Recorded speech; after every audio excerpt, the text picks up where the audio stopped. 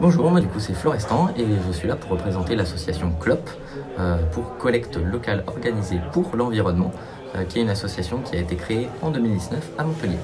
Du coup l'association CLOP est née d'un constat, celui que les mégots de cigarettes représentent un déchet qui est omniprésent dans nos villes comme dans nos campagnes, et que ce déchet est malheureusement lourd de conséquences et que ces conséquences sont trop peu connues du grand public. Les mégots de cigarettes sont des déchets très polluants et pourtant tout le monde continue à les jeter au sol librement. Alors moi je m'appelle Jeanne, j'ai 25 ans et je suis doctorante en sciences de l'éducation.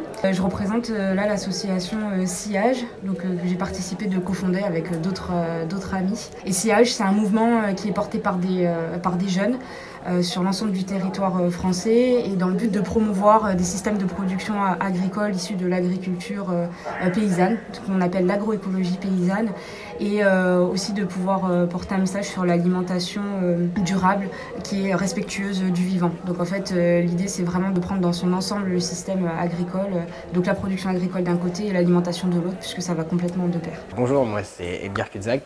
Je suis en collaboration sur mon projet avec ma sœur Clémentine Kuzak. Nous nous intéressons aux déchets et matériaux du BTP.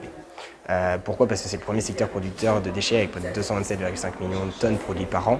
Et donc pour répondre à cet enjeu et à ce problème-là, nous avons décidé de créer BT Materials Low Cost afin de réduire l'empreinte carbone et la production de déchets dans le BTP. À l'origine, je ne suis pas toute seule à avoir fondé cette association. On était 4 et on est parti du constat en fait qu'aujourd'hui il y a vraiment un engouement de la part de la jeunesse sur les questions environnementales, climatiques, mais qu'il n'y avait pas forcément de force jeune et mobilisatrice sur la thématique de l'agriculture et l'alimentation.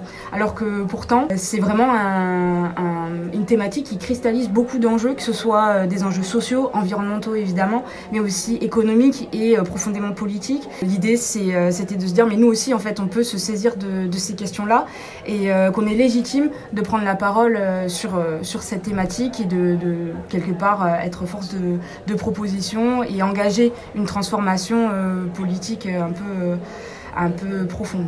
L'idée de mettre en place un projet impact nous est venue parce que nous avions marre de rester les bras croisés devant la dégringolade de notre monde et que nous avions envie d'agir à notre échelle.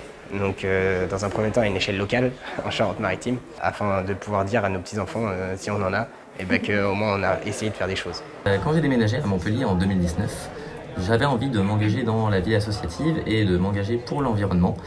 Et j'ai choisi de m'engager auprès de CLOP parce que c'était une petite équipe, une petite association naissante et je pouvais vraiment prendre part au projet à part entière. C'est pour ça que je me suis tourné vers cette association.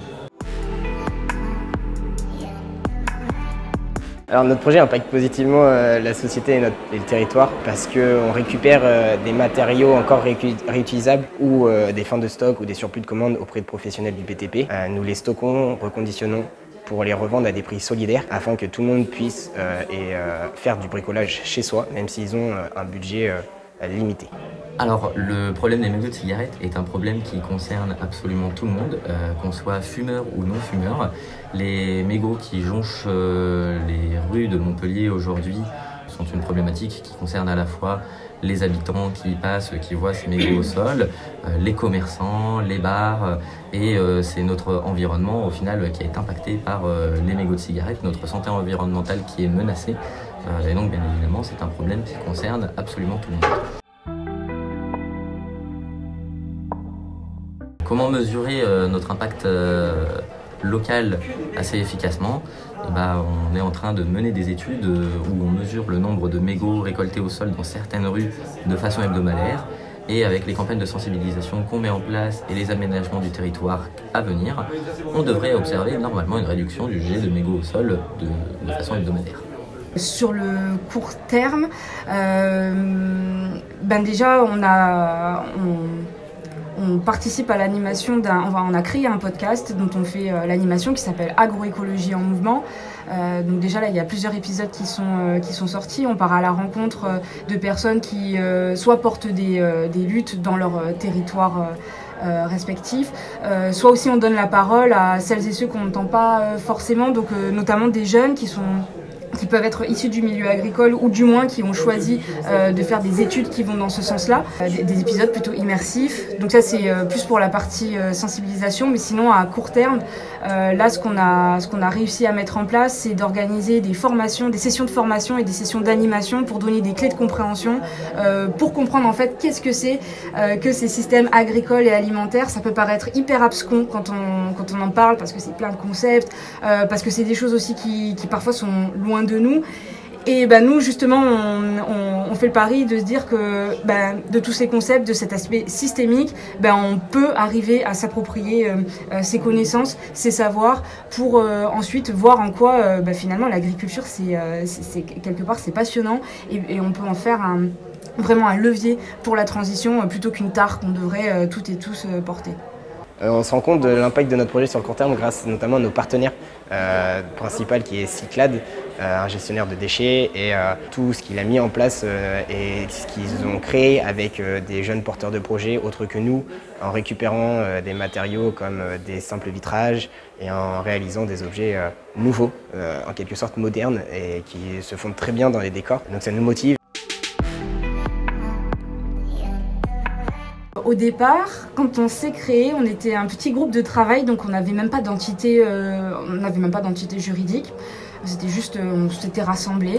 On voulait pas forcément avoir cette charge administrative en fait de créer une association. Face à l'engouement que ça a pris et on voit bien qu'à chaque fois qu'on parle de notre projet à certains acteurs, à certaines actrices, il y a des échos, il y a l'envie en fait de pouvoir co-créer des choses et on s'est dit peut-être que finalement créer une association ça pourrait nous aider parce que ça nous permettrait de pouvoir déjà avoir des subventions. C'est souvent le nerf de la guerre. Avoir cette entité juridique, ça pourrait nous permettre aussi de mieux nous structurer en interne, même si on reste quand même dans la démarche et dans l'idée de mouvement.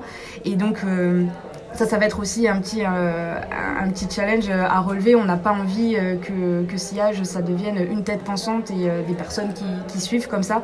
C'est vraiment chacun pourrait créer son sillage. Parfois ça se rencontre, parfois ça se rencontrera pas forcément. Mais l'idée c'est vraiment cette idée de mouvement. C'est un mouvement porté par des jeunes. On avait besoin de cette structure administratrice parce que d'un point de vue logistique, c'est vrai que c'est aussi très pratique. Et puis au quotidien, ça permet de nous faire grandir, mais c'est toujours au service du message qu'on a envie de porter et que tout le monde peut s'approprier et peut être en capacité de porter soi-même.